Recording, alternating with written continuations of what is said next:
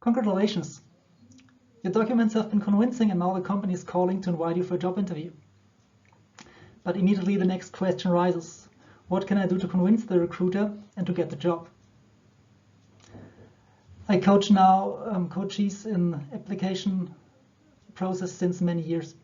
And by the time I found out that there are some special tricks or some special attitudes that make the difference whether you get the job or you get rejected. And so by the time I made a little collection, and this is the result. So what will be the 3 steps that will help you to improve your chances? First, we will have a look at the basics and just to build a solid fundament from which you can develop. The second is we have a more specific look at the interview itself. And third, we look at some classical psychological insights and transfer them to the job interview.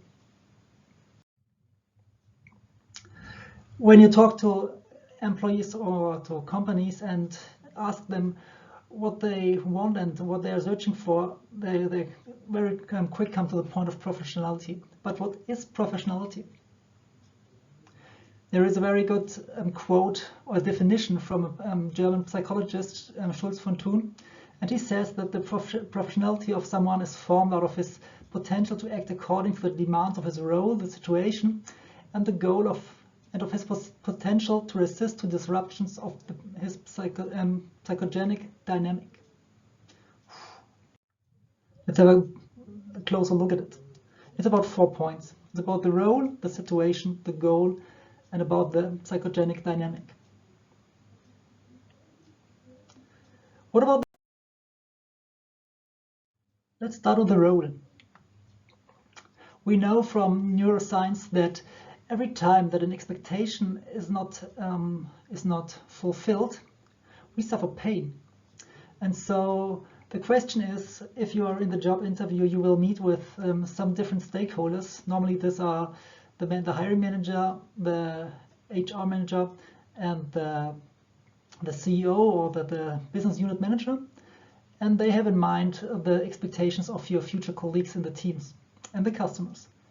So to prepare to understand the real role you'll be in, you can do a SWOT analysis or just sit down and think about what are the expectations of the different stakeholders. Then expectations you can divide into 3 sections. One are the must expectations. If you don't serve them, you're in real deep trouble. The second one is the should expectations. This one is somehow they still expect you to deliver. But then there are the can expectations. These one they are not exactly defined, but if you serve them, this is like the extra mile, then you really make the difference. And just on the first step to become aware of these different sorts of expectations that are combined with your role, this will help you to get deeper in the material and to fulfill the the expectations, to satisfy the expectations.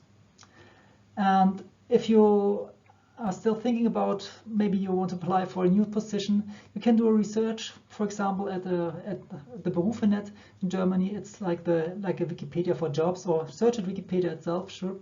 And then you can make interviews with employees. Maybe you got some contacts out of the line of business, or if you don't have them, find them.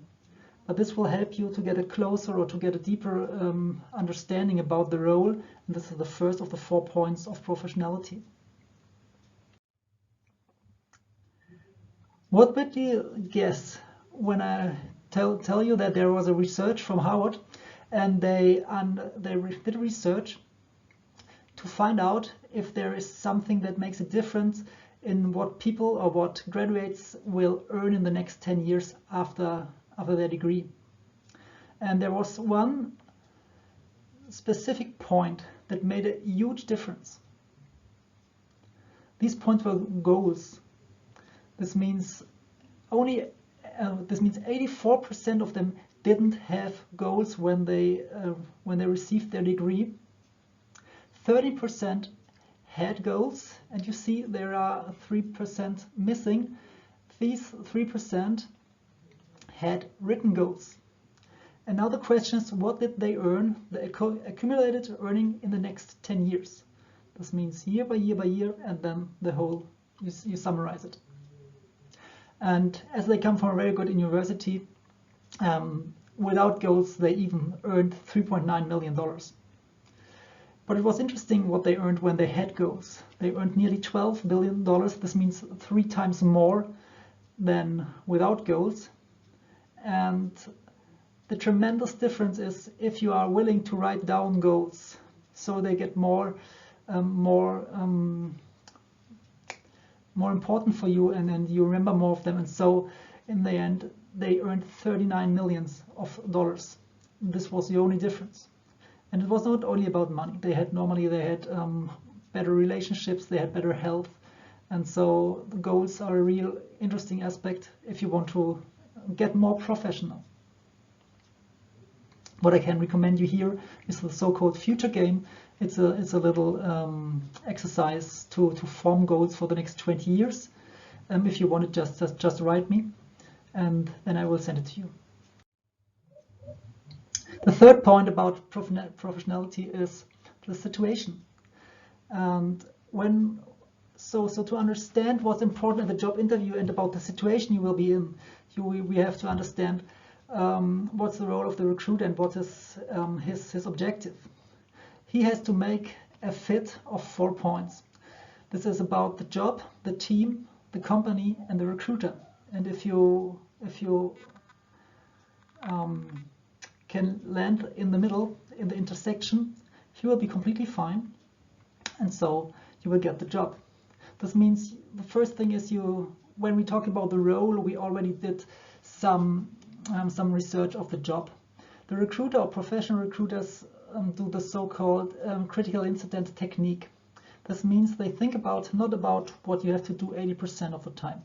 They think about what are really the critical incidences that can happen that really make a difference. So if you find out what these critical incidences are and prepare for them, then you get a way better understanding of what the demands of the job are, and so you can get much more convincing. And one good way to do this is to make real interviews with people that already have work in this position. And if you don't get them in your neighborhood or in your to the next relatives, just search them by social networks. Just ask them for a quick interview for some minutes to find out what's special about their job. Next point is the team. You will get an insight of the team. Maybe there's something.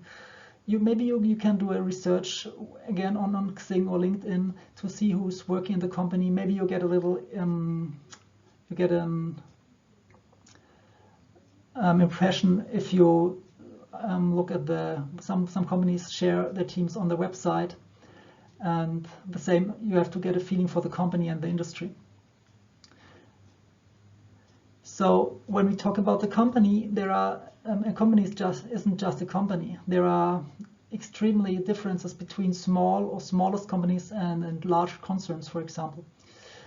So what you can say, the thumb rule, that the larger it is, the more formal it is, the smaller it is, the more chaotic it is.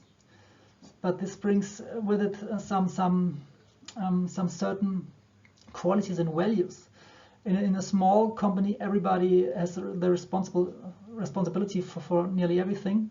In the large company, the blue chips, they have specific positions and roles, and so they're more closed in their thinking on a certain field. And this is what you should consider if you evaluate yourself what kind of person you are. What you can look to or what you can understand or see or try to find out is if your recruiter is an amateur or a professional. And I can tell you about when I coach recruiters or when I train them, I guess about 90-95% of all the job interviews are led by amateurs.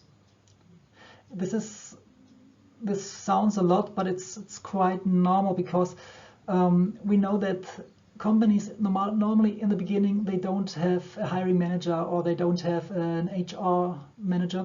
They just do it by the CEO. And the most of the companies are even small and mid-sized companies. So we have about 99% of the companies have less than 50 have less than 250 employees. And so normally the CEO doesn't do so much interviews. He has to do the sales, he has to do the strategy. And so the interviews is just one point. And if he, for example, has 20 or 30 employees, he will only have to fill 3 or 4 new positions every year. And so he maybe interviews for about 10 to 12, 15 people. And so if you roundabout make 1 interview per month in average, you just will not get a professional. And the difference is that the professionals that you will meet in, for example, in big companies, in blue chips, or in headhunters, they have a much more structured interview guideline. They really ask you, and they ask everybody the same.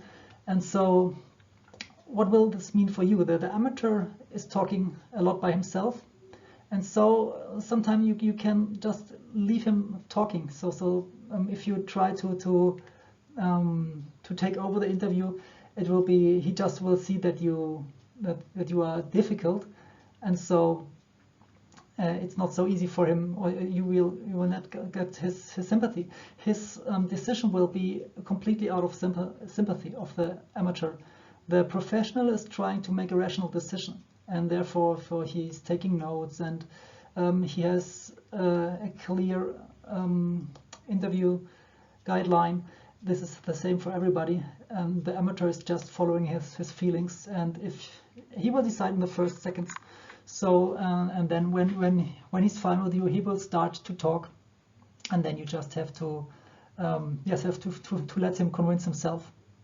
And we will talk in the video about the body language and the first impression, what you can do to improve your chances to make a good appearance in this case. And you have to understand what are the different counterparts of HR, of the line manager, and the CEO or the business manager, the business unit manager. Everybody of them has a different perspective. This means you have HR with normally they are somehow paid to be paranoid. Many people apply at them. They have the best education in interviews, and so they're really critical. While the CEO or the entrepreneur he's just interested in you, and he looks already, or he was looking to if he's finding some interesting potential. And the line manager will be your next superior. So he will, in the end, he will make the decision, and he has to look if somebody is fitting in the team.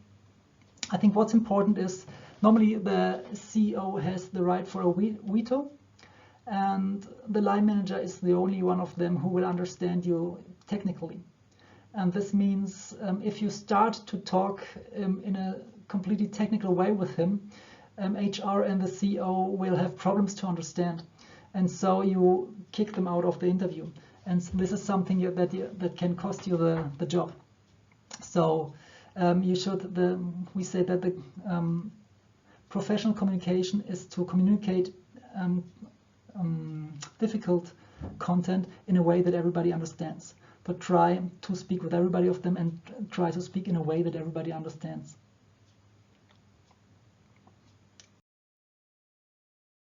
There is something more about the situation. Because if you enter the job interview, the question is, how should I behave? And there was a really interesting research from Amy Cuddy from the Harvard Business School, and she researched how big the chance is to appear unfriendly but effective. They made a study with more than 50,000 leaders or managers, and in the end, the results were astonishing. This means it's a lot about your inner game, how you enter the situation. And we have 4 different points. One point is you can be competent or not. and the other one is you can be cool or you can warm and heartful and open. And the interesting thing is, so we get 4 quadrants, and in the first you have, she's called them the stupid bastards. Yes, they are arrogant and incompetent, so nobody wants them. But then we have the next group that are the so-called adorable fools. This means whether they don't have so much competences, they are at least warm and friendly, and so everybody somehow loves them. And we know that they are very important for the teams. And sure, we have, if you bring both, then you are one of the adorable stars. And the interesting thing is, this group, the competent bastards, only formed 27 of over 50,000 managers that they researched. And you have to understand what this means. This means that if you enter the job interview and if you think you can be cool and just convince them by your competence, your chances to appear as a fitting person will, just look at them, 27 out of 52,000. This means more or less 1 of 2,000. This means your chances will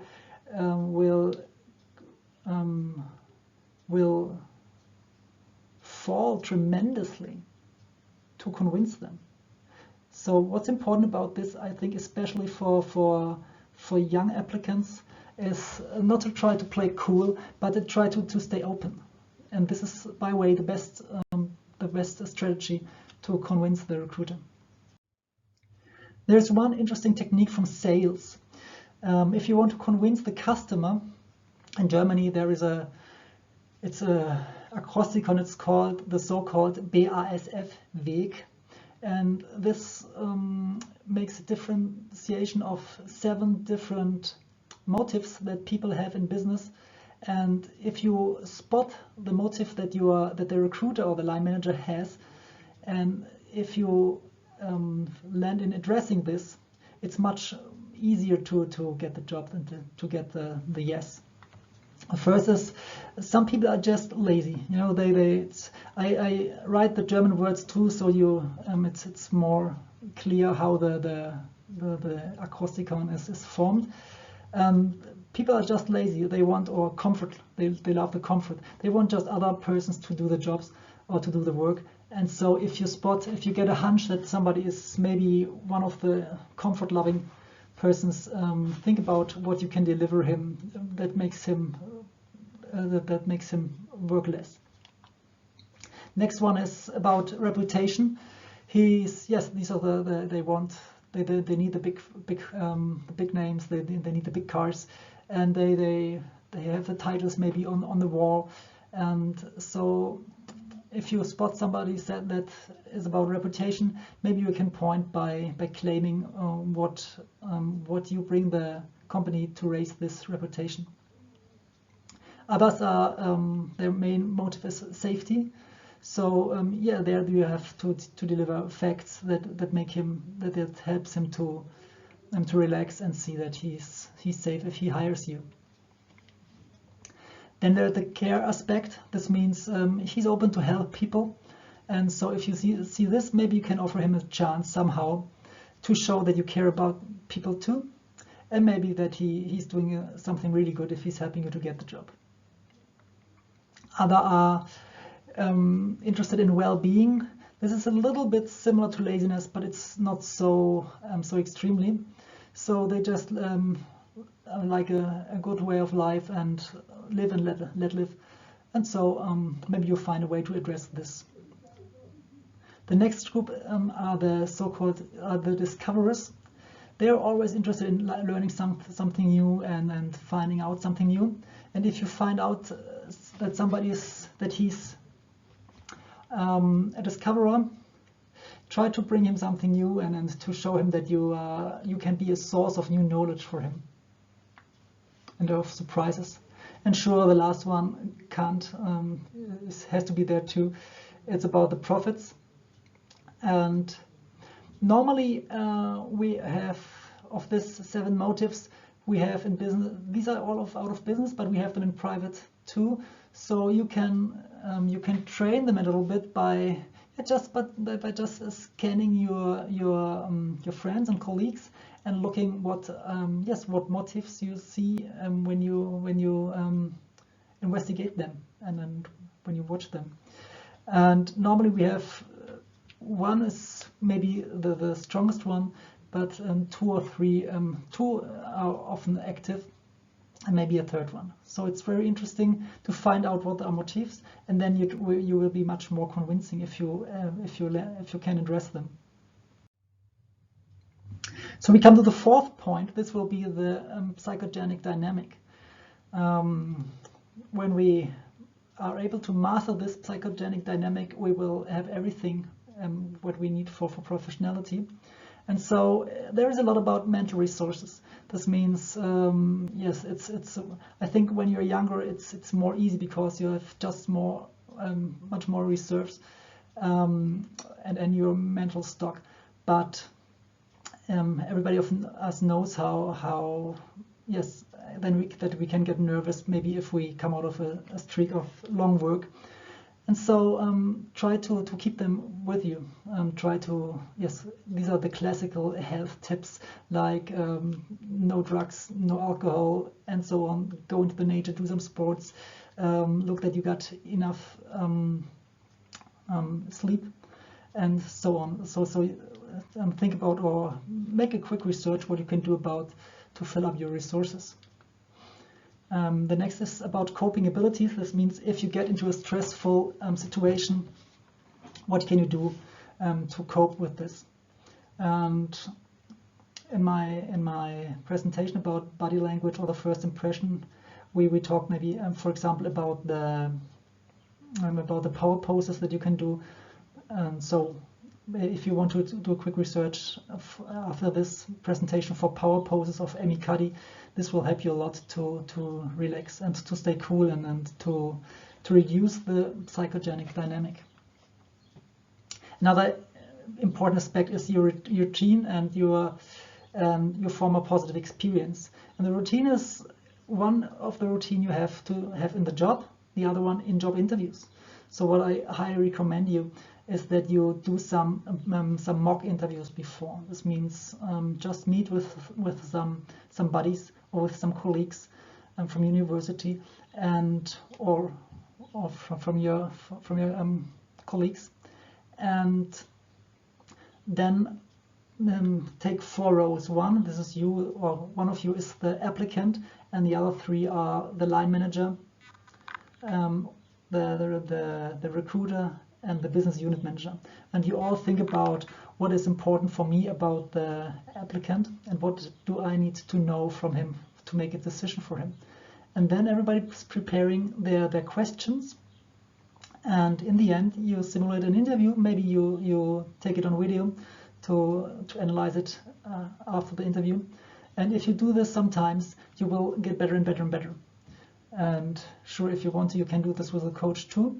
But to do it with somebody who's in this line of business too can already help and give you some routine to perform better and to have less psychogenic dynamic. Therefore, for example, you can search for a question catalog, or if you want a question catalog for the normal or for the typical questions in job interviews, just write me.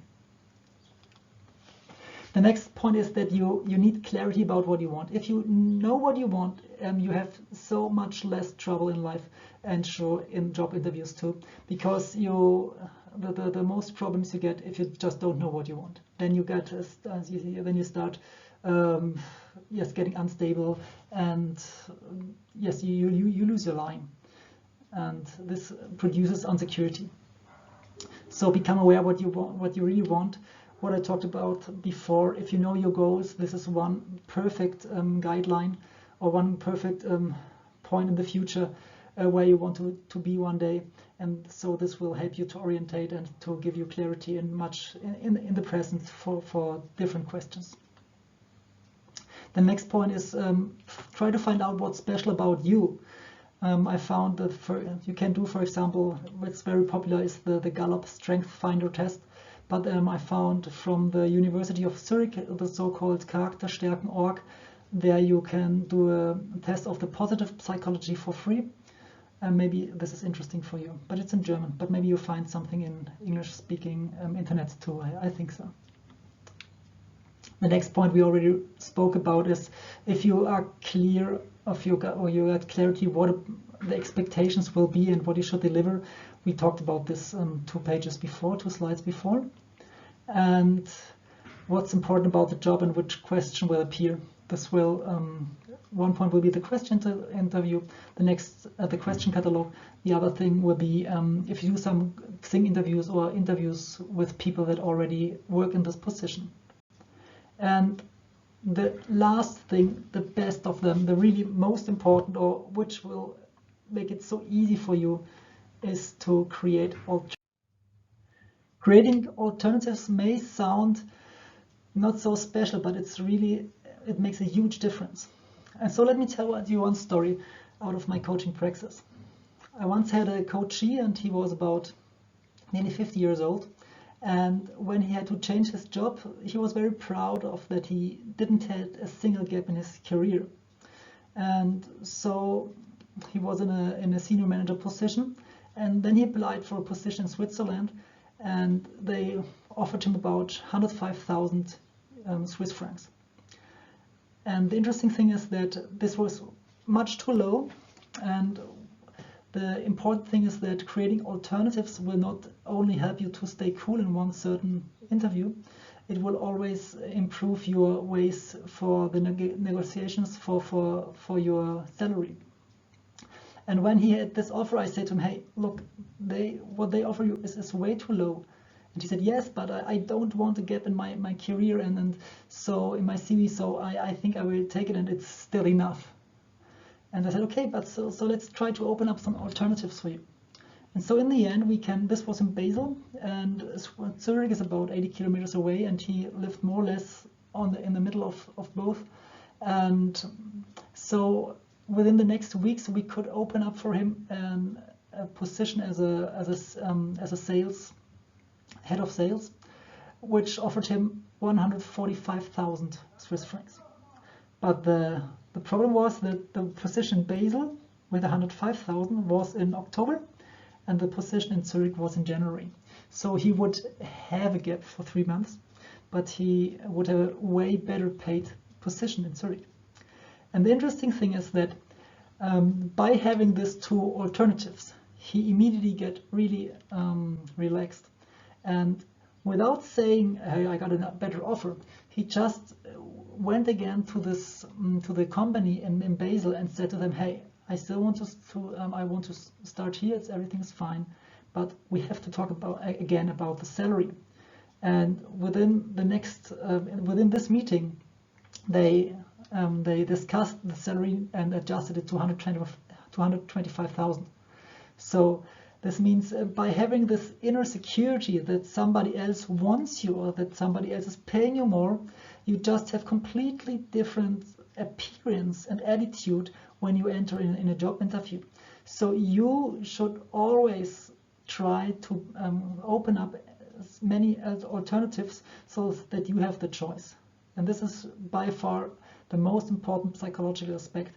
If you are successful in opening up alternatives, and these are the alternatives that are all worthy, then you really, then it's your problem which one you choose, but you get a much more convincing appearance. And in the job interview, somehow the company, they feel it. Yes, they feel that you are more convincing, that you are not so needy, and so they just want you more because they feel that somebody else wants you too. And so your chances raise, and so your professionality.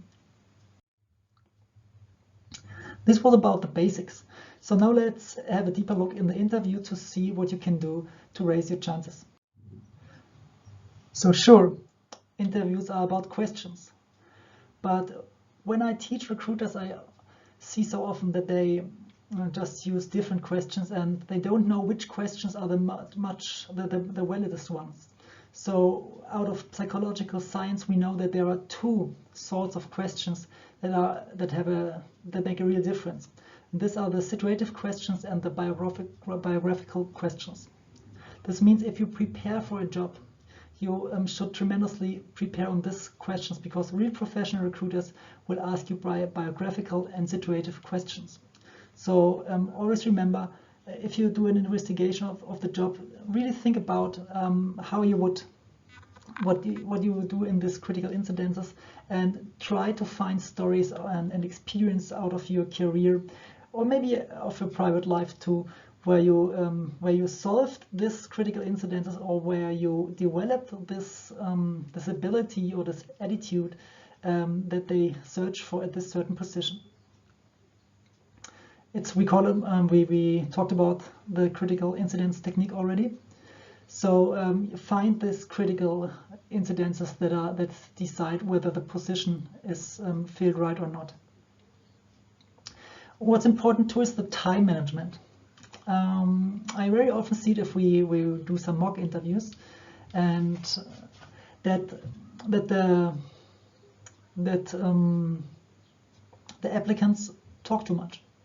And the problem is this: if I'm the interviewer, I know I have about 1 hour, and I know I want to check about 12 different points. And so in my mind, I know, and this is the normal size. They normally have about 5 minutes for each item. And so this means, now imagine you were in an interview and you start talking about yourself and everything is nice, and at one certain point you recognize and you see that the recruiter is somehow getting a little bit nervous, or he's getting a little bit stressed, or he's less interested. And so you think, oh, somehow I'm not convincing him. But in reality, it's much more like this, that they recognize that they run out of time. And so they think about, how can I get all my questions asked without in the time that I have, because maybe sometimes later there comes the next applicant.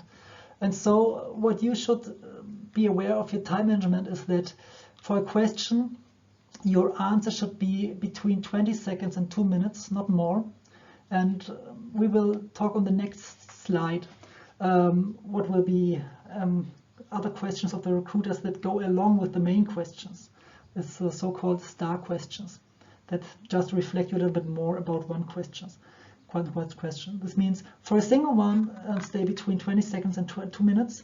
And for the whole theme, they interview you at this, for the whole item, you should stay about below 5 minutes. This is his planning. And because the problem is, if you see that he's getting unpleasant and he seems to be less interested, you think to me, oh, I have to tell him more about me, more and more, because he just doesn't have the right information that he needs to be convinced. The problem is, the more you speak, the more stressed he gets, but not because of what you're talking about, but because he's running out of time. So stay in this 20 seconds to 2 minutes and try to be concise. And because if the recruiter wants to know something more, he just can ask you again. And the same for the tell me something about you question at the beginning. There you should stay about about 90 seconds normally. And now we talk about the so-called STAR technique, or the STAR method. In recruiting, it's a common technique that makes sure that the recruiter gets a real picture of your ability and your suitability if you match the position. And the STAR stands for, first, the situation. If you talk about the question, maybe normally a professional recruiter will ask you for a biographical experience that fits to his demand. And so it's important for him to see what you talked about in this, what the situation was about when you made this experience. The next, what's interesting for him is the certain task. This means, what was the challenge that you had to solve? And sure, next point is, what was your action? when you were in this situation and had this task. And there, yes, try to find really out what you did, what was the difference. Many just hide behind some results that the company or the team gained or achieved. And so try to find out what you did special. And when you already know that you have to bring something special, try to maybe already produce it now. And the last thing, sure, what's important is the result. What result could you achieve with your action? And sometimes they make out of the star, they make a start out of it. This means they ask you about the transfer. And the interesting thing is this star. This means you have the main question, and then it's depending on what you tell them and what you don't tell them. They ask again for the situation, for the task, for your action, for the result, and maybe for the transfer. And this altogether should be under 5 minutes. This is the rule. And so maybe if you start to answer and have in your mind already this structure, you will be much more efficient and much more convincing. So when you prepare for the job interviews, always think about the situation, the task, the action, result, and you wield the star. So maybe you saw this famous movie Wolf of the Wall Street, where Leonardo DiCaprio asked the other guy, "Sell me this pen." And the very interesting thing is that this "sell me this pen" question is in job interview. It's very old. They ask it since 20 years. And so they will ask you other stress questions too. They just do this to look to hit you a little bit personally, to see if you are the right person or not. This is something you should. It's just part of the game. And in sales, there exists the so-called spin technique. And with this spin technique, you could perfectly show the other person which way you can bring them. First, you see there's a similarity to the star question. You ask them, or you describe a situation, then you get to the problem, then you go deeper in the implication of this problem for the customer, and in the end you show the benefit he has if he is cooperating with you. And for example, in the movie, the situation was like this. He asked one of his colleagues, "Hey, sell me this pen," and he said, "Oh, hey, please, can you write me your name on this handkerchief?" And he said, "Oh no, I got no pen." And he said, "Okay, you want one?" And so he very smoothly created a problem, and he skipped the application. But by if the other person sees that he has a problem, he will be open for your solution. And this is how you can handle this situations like this. So in the end of the interview, it's up to you to ask some questions. And now there's always the question, what should I ask? And if you look at famous recruiting biases, you see that one of the typical faults recruiters do is that they don't compare the applicant with a position. No, they just compare one applicant with the next one. And so sometimes they just forget what they search for, because they somehow we know that when they compare one applicant with the other one, in the end it's completely about sympathy. So it can be very, very helpful to lead him back and make a professional job. And how to do this? I recommend you to ask them, which are the most important points for your hiring decision? What do you need to know about the position? Just ask him, in your opinion, what do you think is the most 3 important points for the position?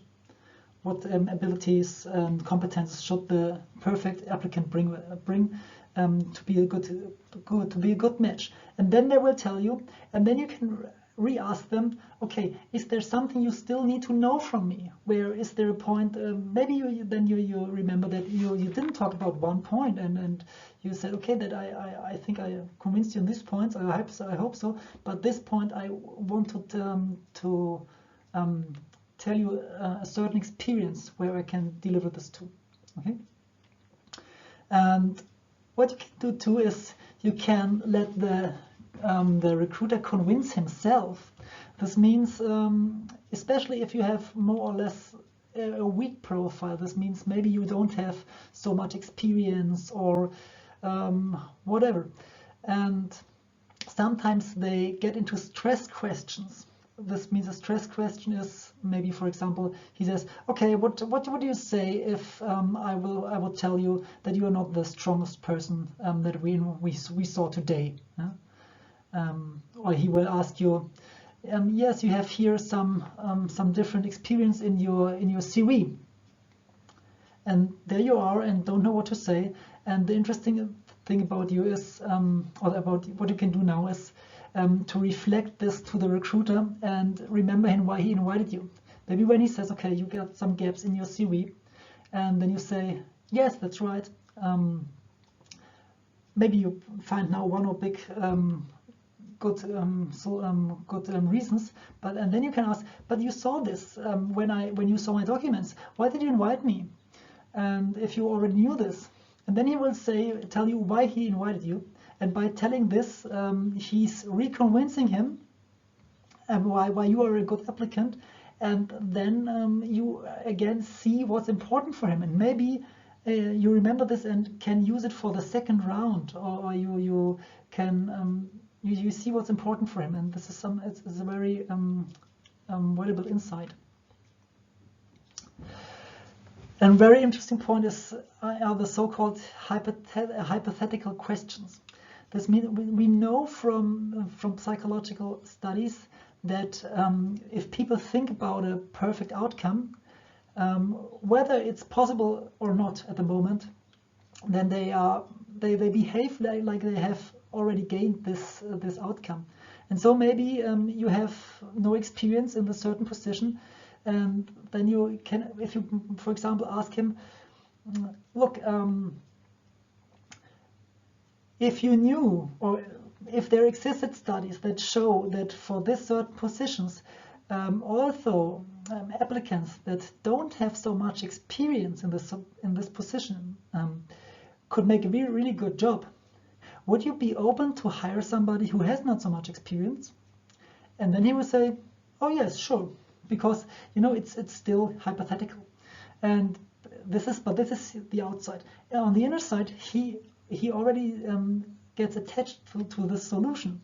So maybe this is something you can ask in the job interview, or maybe I saw already that they write it in the email or in the motivation letter like this.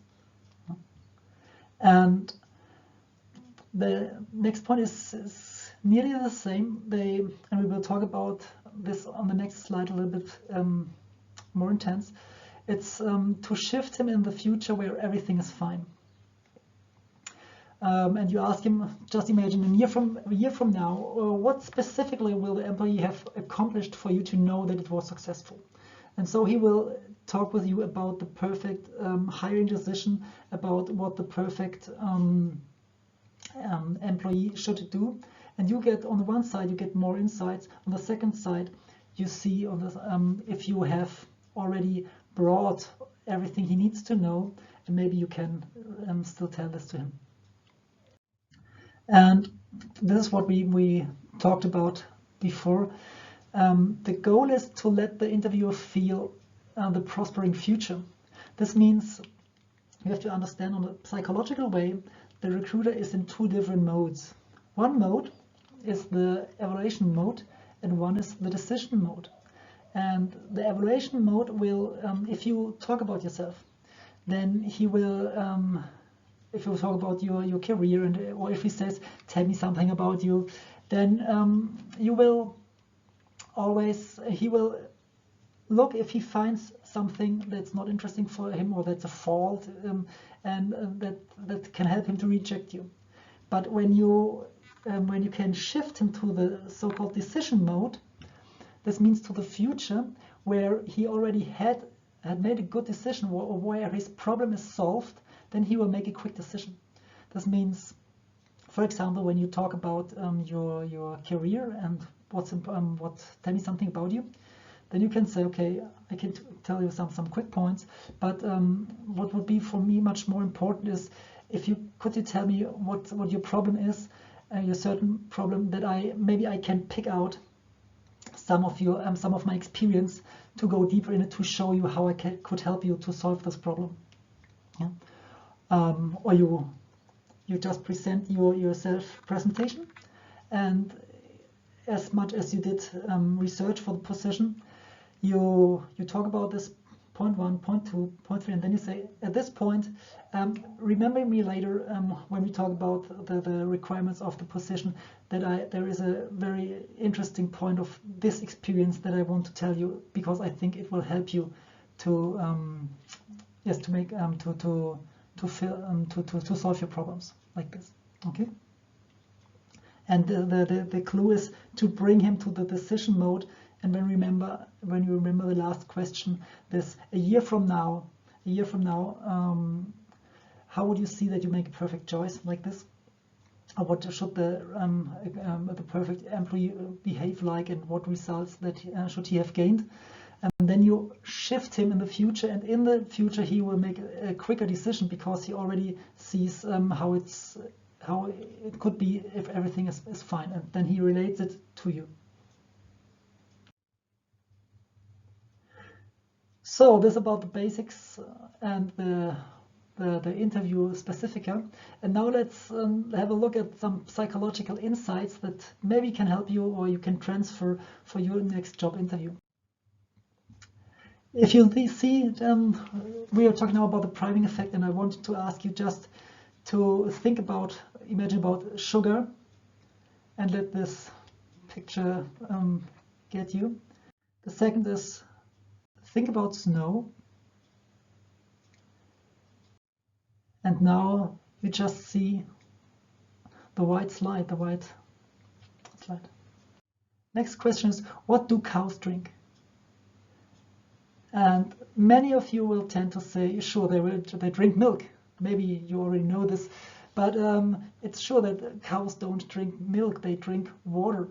But why normally people say, if they don't know this, why do they say milk? And this is because of the so-called priming effect. You can imagine priming like switches of the railway.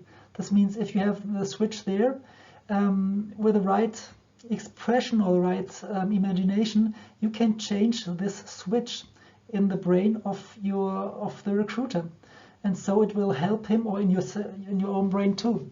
So this will help him to make the next to think in another way, another direction.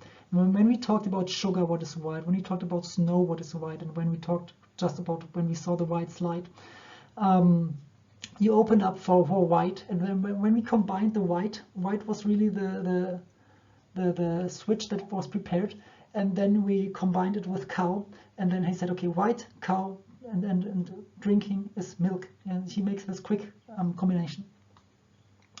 And so priming studies are by far one of the most interesting aspects in psychology, and so they are well researched in recruiting too, for example. And so one interesting study was when they had some different clipboards. One was of weak plastic, and the other one was of stable wood. And the interesting thing is that the recruiters, at the applicants, in which interviews the recruiters had the wooden clipboards, they made a positive choice for the much more often the positive choice for the applicant than when it was a plastic clipboard or no clipboard. And so sure, you can't enter the job interview by bring them a wooden clipboard. This would be a little bit suspicious. But what you can do, especially what you can do if you apply by intentionally, this means not for a job offer but on the hidden labor market, you can still use classical documents. Not to send them by email, send them by post, and then take a good paper, take a good map for it, and then it makes a difference, because if he has other profiles, and normally they just print it out on a blackwood printer and black and white printer, and so they don't have so much. It's feeling just ordinary. And if your application documents are different there, then they will prime him to make a decision for you.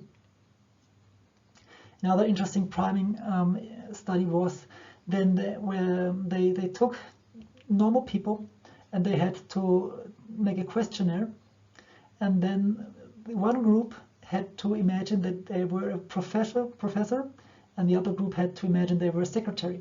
And the interesting thing is, although these were all ordinary normal people, the group that imagined that they would be a professor had way better results. It was highly significant than the secretary group. So what I can recommend you is to find the right prototype, somebody who is very successful in this job that you apply for. Maybe you get to know them or him, or you study him a little bit, and then just imagine how he would behave. And priming means that your environment will influence you a lot too. And what I can recommend you here is that you can, for example, when you write your motivation letter, just open the page of the company, or just have some researches on the team you will meet and on your colleagues. Or what you maybe can do too is take a computer, and if the company is not that far away, drive there by car and just write some lines there and see what impressions you will get. And I can secure you will get impressions and thoughts that will be much closer and to the company, and that will feel familiar to them. So this is how you can use priming. Sure, priming and application photo. What I can recommend you is to prepare several photos and then just take a suitable one that you put in your CV that fits and matches to the culture and to the attitude and to the how they behave or how they appear. It's called the so-called habitus. So try to prepare some photos that match the habitus. We talked already about the motivation letter, and sure, priming works in online interviews too. Some days before, I talked with a friend of mine who is head of recruiting at a big company in Zurich, and we talked about the online interviews, and then he just talked about one guy who had in the background, he just had hang down the window or something. It was like it didn't look so good. So what I want to tell you is that the background will have a huge influence how you appear in job interviews. He said to me, "Hey, look, I hardly couldn't concentrate on the guy because the background disturbed me so much." And so what you can, the first thing is avoid to do mistakes there. The second is maybe you can rearrange your background that it suits better with the culture of the company. And so your task could be to find suitable background tools like pictures, images, or yes, little things that that match with the culture of your company. Another interesting effect is the so-called proximity effect. We know that persons from in companies, social psychology studies show that if they work more than 30 meters away, there is nearly no relation between the employees. And we all know how strong the relations are in small villages. And so I know many recruiters that say Maybe you want to apply in Berlin and now live in the south of Germany. And then many recruiters will say, okay, they don't know you so good. They have prejudices about other regions, and on the other side, they think too, if the new job, if you're not successful there and you just moved to the new town for them, and so somehow this is a risk they don't want to take, or they know that if you are coming to a new town and you have to, it's not all about work. It's you have to accommodate there too, and so sometimes your chances are not so good if you apply from distance. And so what I can recommend you, if you know somebody in this town, yeah, or if you find somebody which address you can use, ask him to do this, maybe to improve your chances. And already in application tracking systems, they sometimes they ask you, are you from a certain town? And if you say no, you're immediately out. So when I talked to another friend of mine who was coaching applicants, he said, okay, in this case we say yes, because in my mind I say yes, I'll be there soon, because you have to know it will kick you out of the process.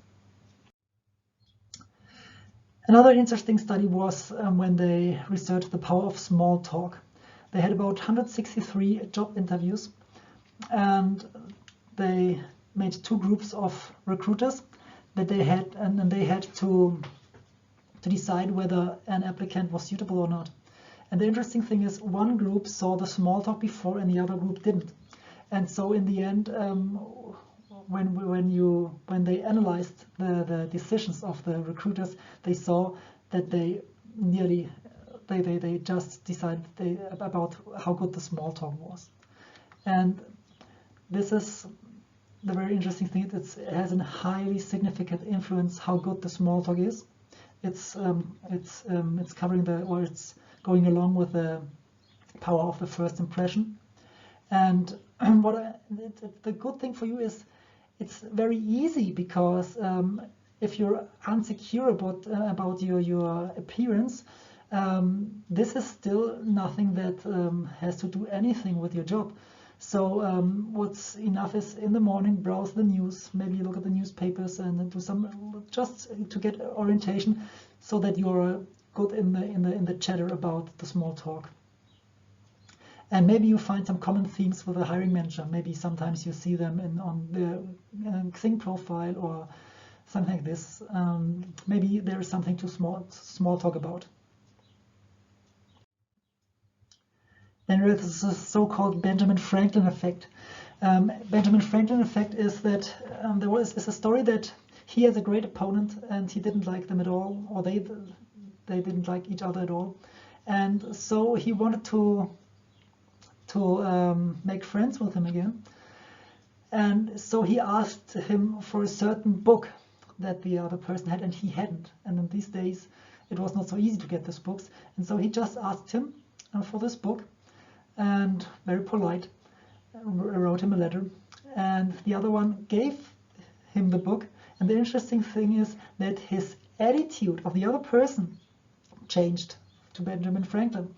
And this is something maybe you can use too. For example, you can ask the recruiter for a little favor to give you a hint, maybe before you apply, or maybe in the case that when you get a rejection, that you can ask again and say, okay, dear recruiter, yes, I got your rejection, but I got one question. Maybe you can. I don't want to bring you to a lawyer, nothing like this.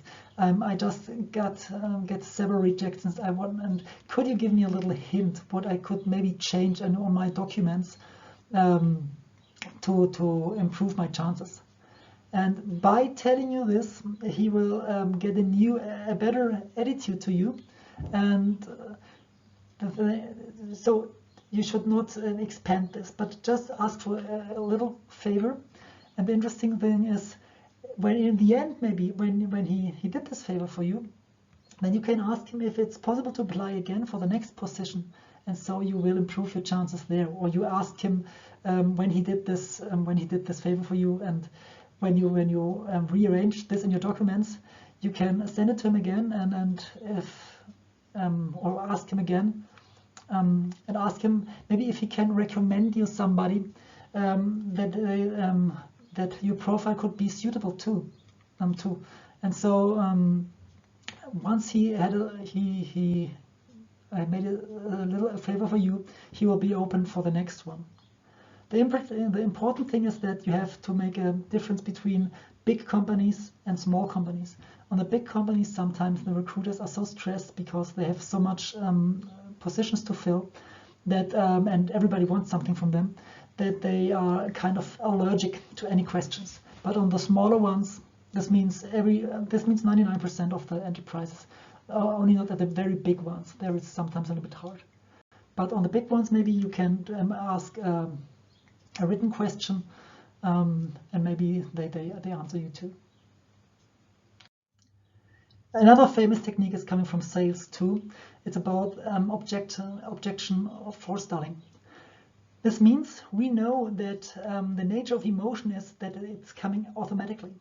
If I tell you a joke and you just follow the joke, and at the end there's coming the point, then you will laugh.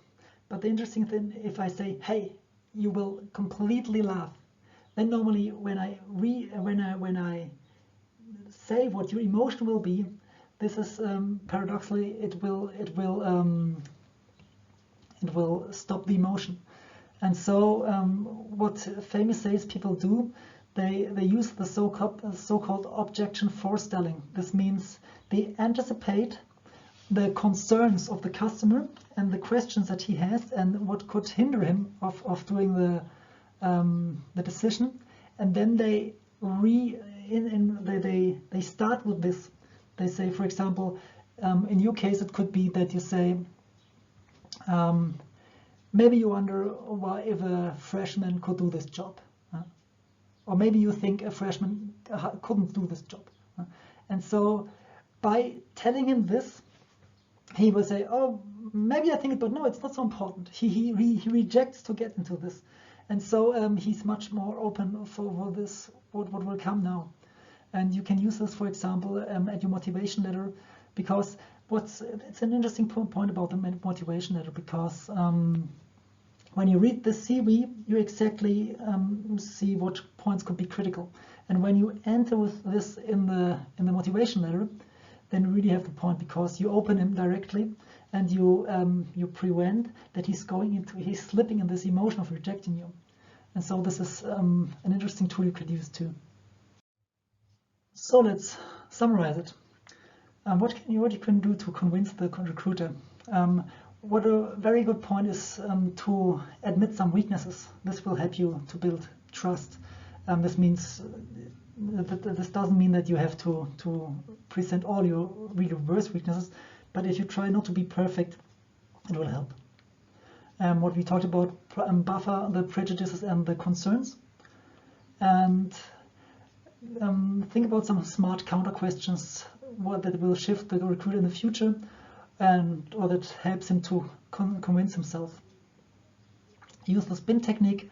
What is a very good answer to stress questions, or to fulfill the demands of the STAR technique, and try to spot the motifs of the recruiter and to meet his expectations. In the end, we can have some. There are still some curiosities from psychology I found. Yes, where we will not go so deep in it, but it's interesting stuff. If you're stressed before the interview, the interesting thing is that dark chocolate will help, because it will reduce your stress level. When you ask about what was the best time for the interview, before or after lunch, there was an interesting research with which judges, and they saw that if they had to make their decisions before lunch, they were much more harder, and they rejected much more of the people than after lunch. So maybe you'll find the possibility to get the interview when the interviewer has has a good feeling. Another question was another research was where they made the difference between coffee and iced coffee, and they saw that the recruiters that had warm coffee in their hands, that they made high significant decisions for the applicants, and while they had iced coffee and they didn't. I think this is related to the priming effect too, because if you have an iced coffee in your hands, then it will make your hands wet and cold too. And normally this is correlated with fright or with anxiety, and so I think this could influence their decision. This means you should not. Yes, I know that you could not bring them some coffee, but maybe it's just a curiosity. Then we saw some researches, and the interesting is that if you have the chances to be the first, the middle, or the last applicant, I highly recommend you, because studies show this, to try to get the last position, because we know that the last applicants have a much higher chance to get the job. And the question is now that you ask, hey, how could I use this? And you can use this, for example, if you know how recruiters work. Recruiters normally work like this, that they publish the job announcement, and then they get the applications, and then they do the appointments for the meetings. And so if he's now, and when they reject the people, they normally do this by mail or automatically, and when they invite them, they do this by phone. And when they do this by phone, then you have a good chance to get some influence, because you just ask him, he says, hey, perfectly, you had convincing documents, I'm happy to invite you. And then you say, oh, perfect, yes, I'm very happy about this. When will you do this? When will you do the interviews? And then he says, oh yes, we will do them next week from Thursday to Friday, or Thursday and Fridays. You say, perfect. Thursday I already got some appointments. Is it possible to get a slot on Friday, or to get an appointment on Friday? And so he said, yes, sure, it's no problem. And then it's okay. When you start and when you end, and he says, okay, and then we start at 10 and then we end at 2 o'clock. It's okay, perfect. In the middle, at 1 o'clock would this be made? Can we agree at 1 o'clock? He says, yeah, sure, that's no problem, because he just has his timetable and then so his calendar, and so you can try to get there by smoothly taking over the conversation and asking him when they plan to interview the people. And then I saw, it's a real curiosity, but I saw it from an applicant, and he was so sure that he was really the best applicant for this position. And you know, the problem is that recruiters, or recruiting hiring managers, they always have to make decisions, and so it's normal that they are unsure if if their decision is correct. They see often enough that it isn't. And so there was an applicant who wrote, don't fill the vacancy till you have interviewed me.